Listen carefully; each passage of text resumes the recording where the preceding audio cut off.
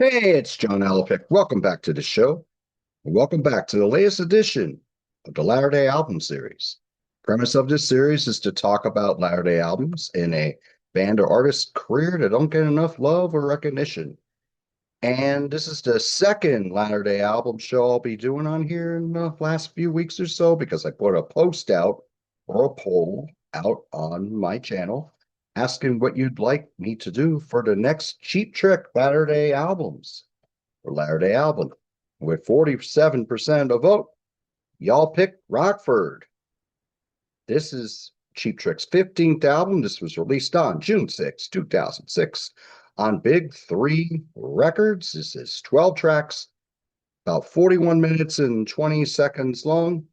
This was produced by Cheap Trick, except for one track, Perfect Stranger, which was produced by Linda Perry.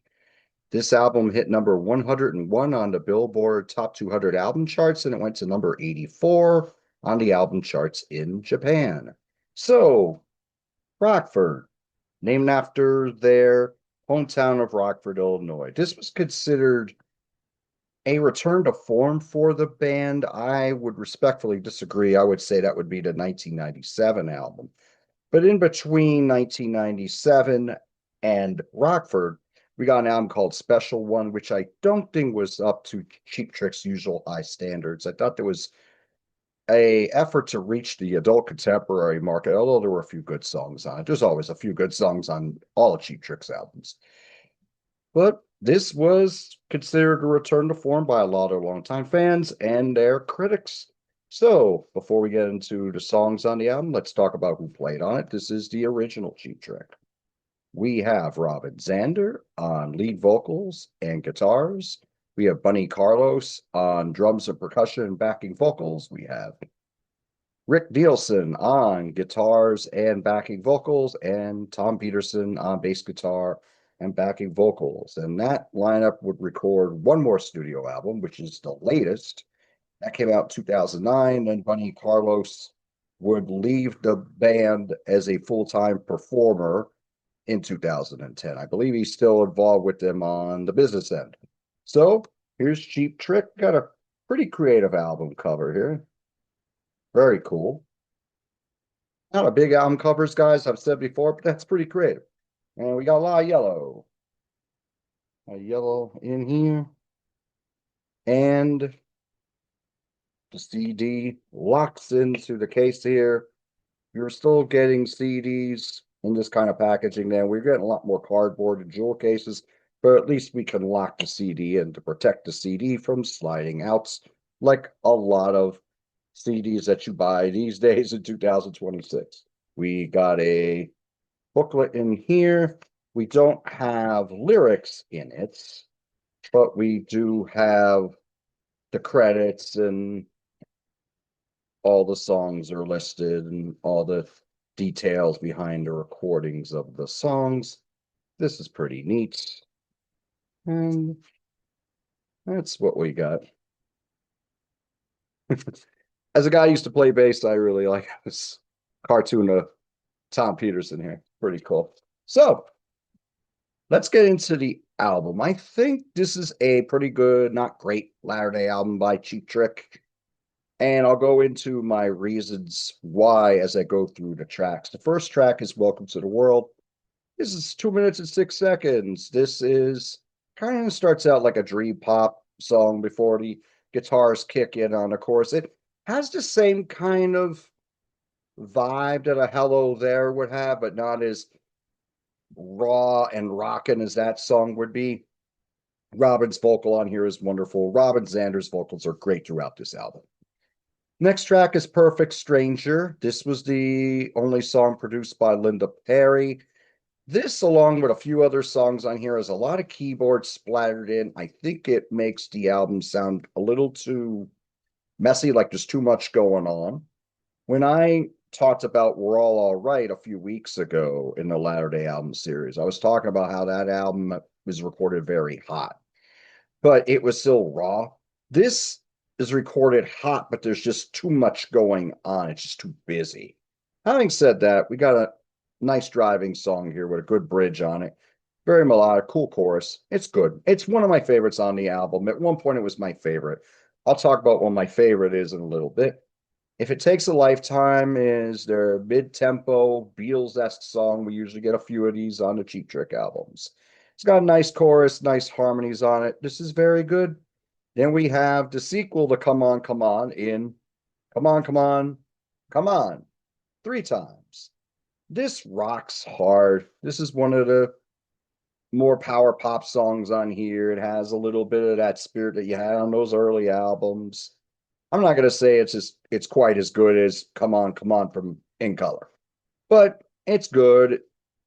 Great solo by Rick here. Rick doesn't have a lot of great solos on this album, but this one's got a lot of passion and noise to it. It's pretty cool. Eau Claire, which was a song that was in remnants for a long time. I believe it was only a instrumental for the longest time, and now they just added lyrics to it. It's got a lot of keyboards in here. It sounds more Beatles-esque than If It Takes a Lifetime, and it sounds a lot like The Move too, of course. Cheap Trick covered a lot of songs by both of those bands. This is very good, particularly because of Robin Zander's angelic vocal performance on here, which is wonderful. One of the better tracks on here. My favorite track is the next one. That's This Time You Got It. Now, finally, we're taking the keyboards out of here and we're getting some gritty power pop. This is the Cheap Trick that I love. Melodic, catchy, great chorus, cool bridge. You could be queen for a day is in the line in that chorus. I think that's pretty cool. This to me is the best song and give it away the next track. And now we're going into the second half of the album. This is pretty close too. We're continuing that rockin' spirit, that great power pop. It's very joyous. We got a great bridge on here too. Cheap Trick, a lot of their great songs have wonderful bridges. This is a very good bridge on here. One more. Okay. Love the Groove, laid down by Bunny and Tom. I don't like it vocally in the verses. I think it's kind of stupid, to be honest with you. But it does rock hard in the chorus. And Rick is really ripping it on the guitar in his solo. This is probably my favorite solo from Rick on here. So the groove's great, but they should have did something different with the vocal on it. The vocal, I think, ruins it. Every Night and Every Day, strong melodic mid-tempo power pop. Nice backing vocals in the chorus. This is pretty good, as is Dream the Night Away, which has more of the acoustic guitars blending with the electric guitars. This is decent. We're going more Beatles ELO here. Particularly ELO, like when I listen to this, I hear Turn to Stone by ELO, but without the orchestration that you'd have with ELO. So this is a cool track, not great one, but it's certainly a good one. All these years going more into an acoustic vein here. This is a decent track as well. Decaf is the closer. This has a lot of the fire that you had on the first three or four Cheap Trick albums. The way it's written, it's more organic, more of that old school spirit. This rocks. One thing about Cheap Trick, they usually ended their albums pretty strong. And Decaf certainly ends this one on a strong note. Let me point out Julian Raymond also co-wrote a couple songs on this album. Later on, he would be their main producer. They have released, I think 5 albums since Rockford. I think Julian Raymond has had a hand in most of them, if not all of them. So, this is Cheap Trick Rockford from 2006. Thank you all so much for voting for this on the poll here on my channel, John Alapic. How would I rank this? I would rank this a 7.5 out of 10. I think it's a very good album, but not a great one. Here's the thing with Cheap Trick with me. One of my 20 favorite bands of my life. I have 6 albums by them. If I was to do a ranking, then I would give a 9 or a 10 without hesitation. Those first 3 albums are 10s to me.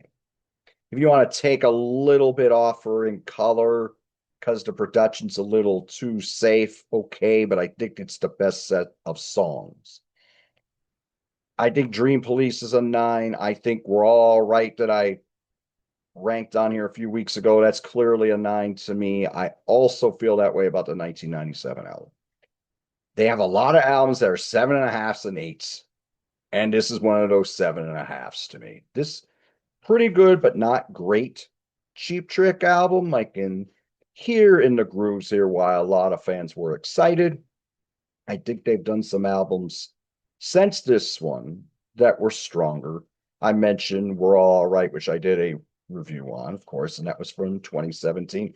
I love In Another World from 2021 as well. That one probably be like an 8.5. That was maybe my third favorite album from 2021. This was my 10th favorite album from 2006.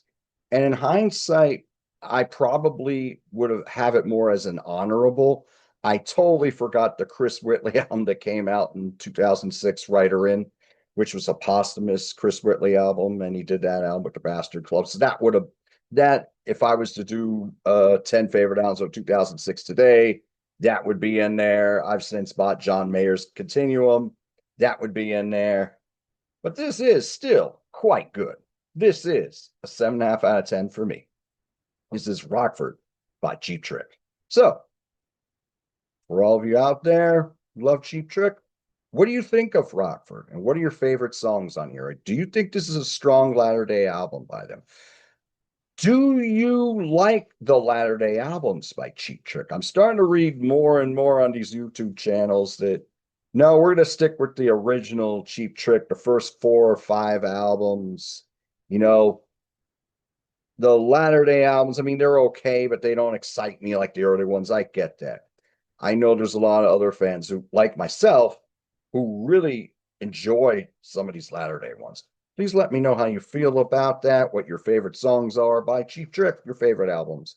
So let me know in the comments what you think of Cheap Trick and our album, Rockford. Thank you so much for joining me today. I'll talk to you soon.